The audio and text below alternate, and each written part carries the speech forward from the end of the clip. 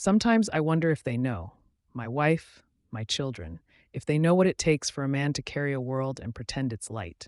I'm not complaining. No, I made my choices. I just I just wish someone knew. My name is Tayo. I live in Lagos. I'm a father of three, husband to a woman who still laughs at my dry jokes. From the outside, we look fine. We have a two-bedroom flat in Ogba, one small Toyota Corolla, and our kids go to decent schools. On Sundays, we take pictures after church and post them online. The smiles are real, but what's behind them? Let me tell you. Every morning, I wake up before everyone. 4:30 a.m. Alarm doesn't even need to ring anymore. I lie there for a few minutes, staring at the ceiling, calculating school fees, rent, fuel, data subscription, my wife's business needs, Junior's inhaler, and the N26 500 balance I'm still owing the mechanic. Then I rise quietly. No need to wake them. They need rest. I brush my teeth in the dark so I don't wake my wife. I iron my shirt with care, even though it's the same three shirts I rotate weekly. I've memorized their order. Monday is navy blue. By 6 a.m., I'm out, on my way to the office in Lekki. I work as an operations officer in a logistics company. Not a bad job. Salary comes in, but Lagos swallows money like a hungry lion. I work hard, really hard. My boss likes me, says I'm reliable. What he doesn't know is that reliability has a price.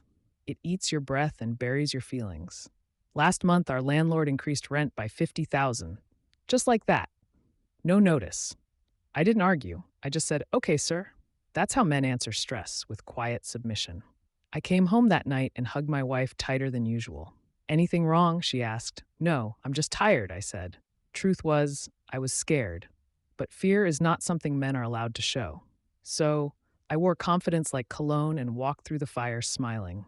My wife Sada runs a small online baking business. God bless her. She tries. She's strong.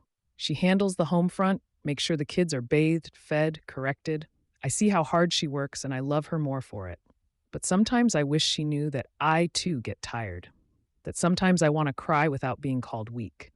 That when I come home late and don't speak much, it's not pride. It's pain. Unspoken pain. My daughter, Zara, is 12. She's brilliant, wants to become a doctor.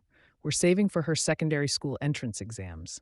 45,000 for the form, 10,000 for extra classes, 5,000 for transportation. I counted every kobo like a beggar. Last week, my son, Fola, asked me why I never buy anything for myself. "Daddy, you don't have new shoes," he said, touching my worn-out pair. I smiled and said, "Daddy is saving." Saving, that's the word I use when I mean sacrificing, when I mean struggling, when I mean bleeding quietly. This morning, on my way to work, the bus broke down along 3rd Mainland Bridge. My shirt was soaked in sweat, my head pounding from thinking too much. I sat there, watching cars drive past, and I asked myself a question no man ever wants to say out loud. What if I give up?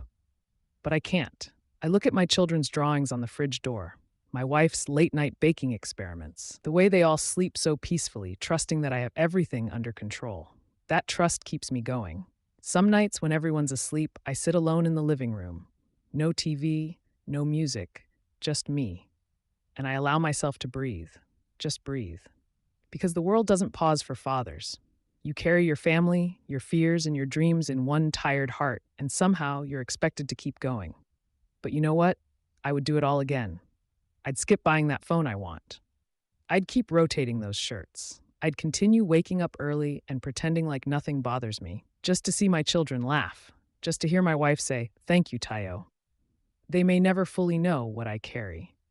But maybe one day, when my son becomes a man, and the weight starts pressing on his shoulders too, he'll remember how I walked through fire and never got burned. Not because I was strong, but because I had to be. This is for all fathers out there who are trying their best to give it all to their family.